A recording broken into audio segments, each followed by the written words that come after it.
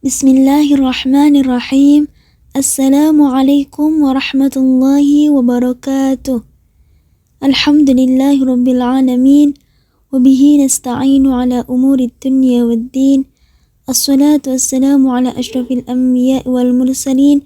Sayyidina Muhammadin wa ala alihi wa sahbihi ajma'in. Rabbi shrah li sadri wa yassir li amri. Wahlul 'uqdatam min lisani yafqahu qawli, amma ba'd. Ahibati fillah, kali ini saya akan mempresentasikan kepada kalian semua mengenai Islamic Worldview dengan dosen pengampu, gurunda kita tercinta, Dr. Haji Ahmad Alim LC MA. Sebelum itu, izinkan saya memperkenalkan diri. Baik, nama saya Soimah. Saya mahasiswi semester 1 di Universitas Ibnu Khaldun Bogor. Program studi yang saya ambil adalah IAT, Ilmu Al-Quran dan Tafsir. Baik, kita langsung saja memasuki pembahasan kali ini. Dalam tema kali ini kita akan membahas 8 bab. Yang pertama tentang Islamic Worldview. Yang kedua, Islam sebagai pandangan hidup. Yang ketiga, konsep agama. Keempat, konsep jiwa. Yang kelima, konsep Tuhan. Yang keenam, problematika epistemologi barat. Yang ketujuh, konsep kebenaran absolut. Yang kedelapan, integrasi ilmu dan adab. Oke, kita masuki pembahasan bab 1 tentang Islamic Worldview. Yang dimaksud dengan Islamic Worldview adalah menyandarkan segala sesuatu dengan kacamata Islam.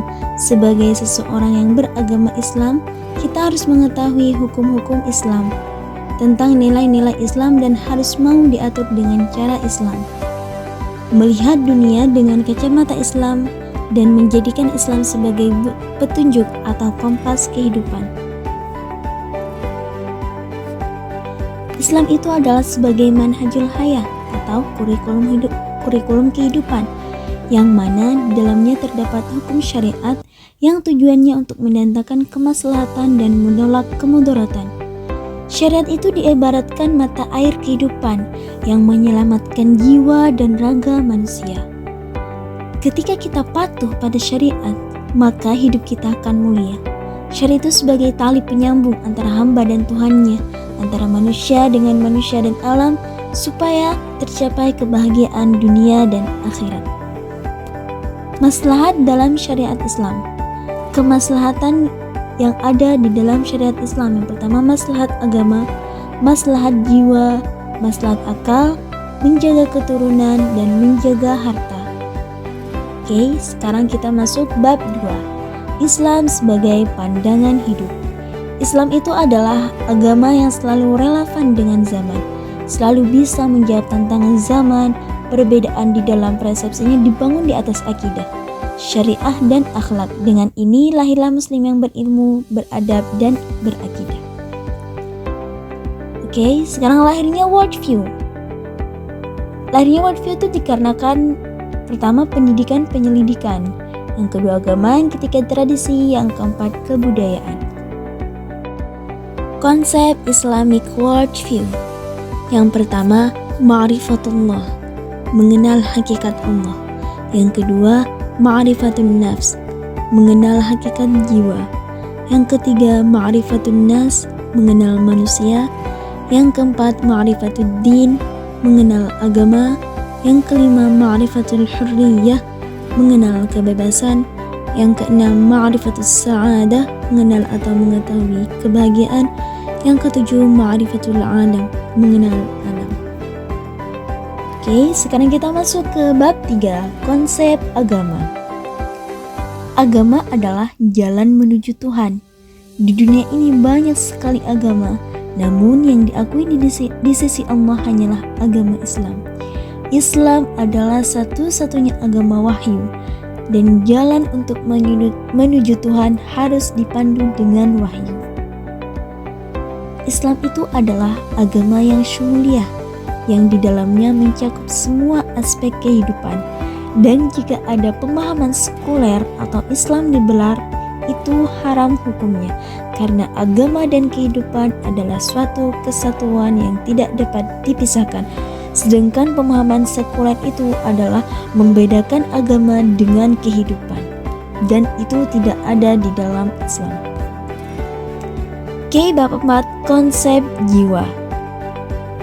Jiwa atau nafs adalah bersatunya ruh dan jasad. Jasad, sebagaimana kita ketahui bahasanya jasad adalah tubuh. Namun ruh, apa itu ruh? Hakikat ruh sendiri hanya Allah yang tahu. Ini sesuai dengan firman Allah, "Wa yas'alunaka 'anir ruh, qulir ruhu min amri rabbi."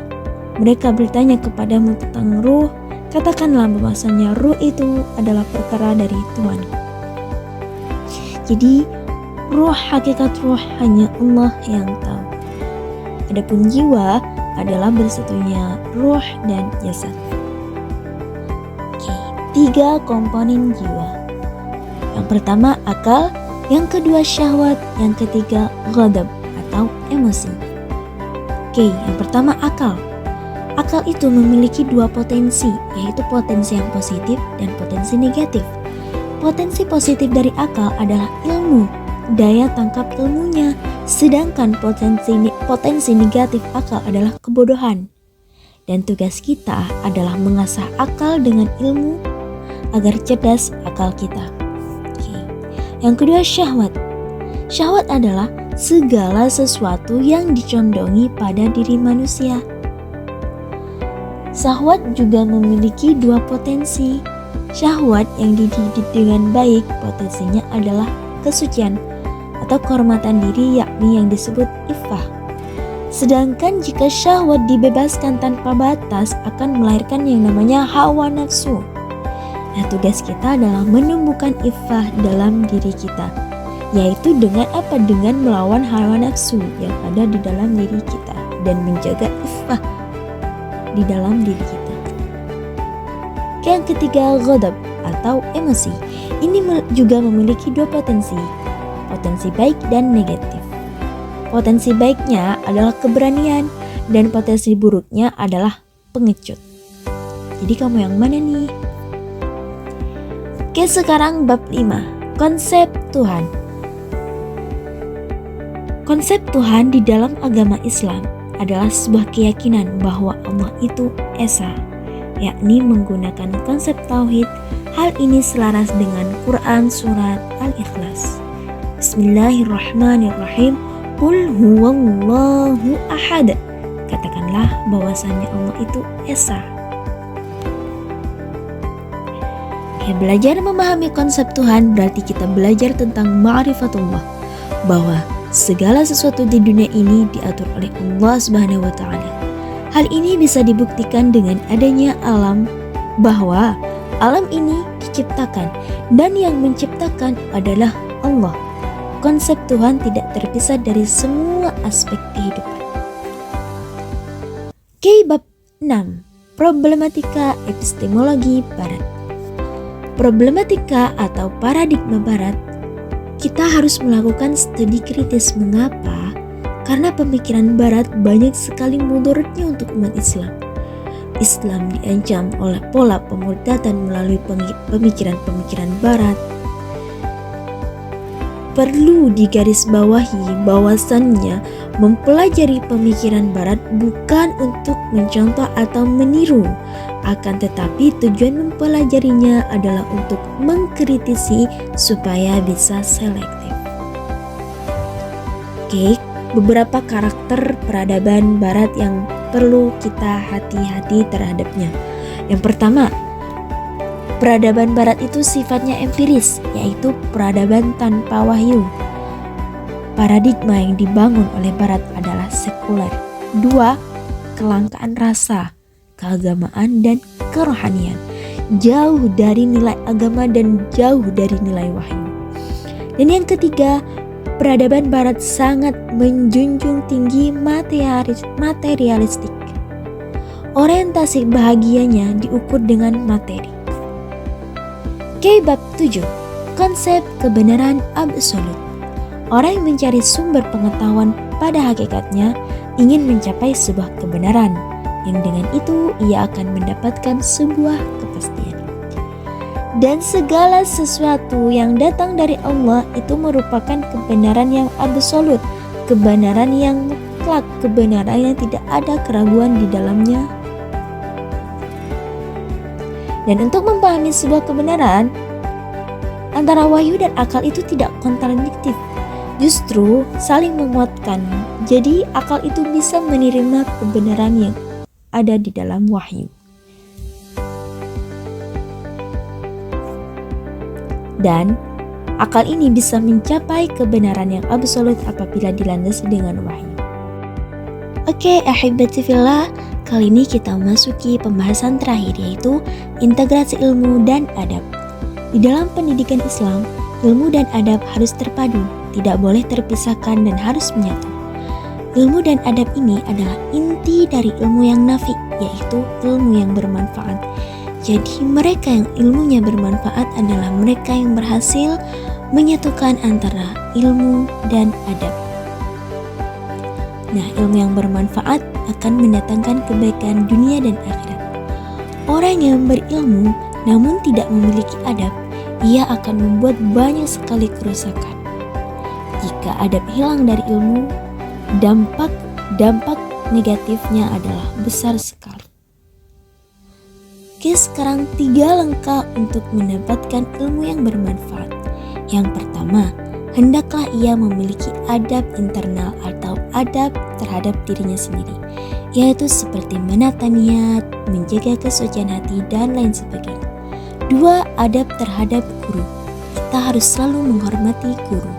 Dan yang ketiga, adab terhadap pelajarannya atau adab terhadap kitabnya. Jadi, kita harus memiliki adab terhadap pelajaran yang sedang kita pelajari. Oke, ahibati fillah, teman-teman semuanya, ini akhir dari pembahasan kali ini. Semoga yang saya sampaikan bisa mendatangkan barokah dan manfaat bagi kalian semua. Thank you so much buat kalian yang sudah mendengar dari awal sampai akhir. Semoga hari kalian bahagia. Cukup sampai di sini. Syukran ala husni ihtimamikum. Assalamualaikum warahmatullahi wabarakatuh. See you next time. See you next project, everybody.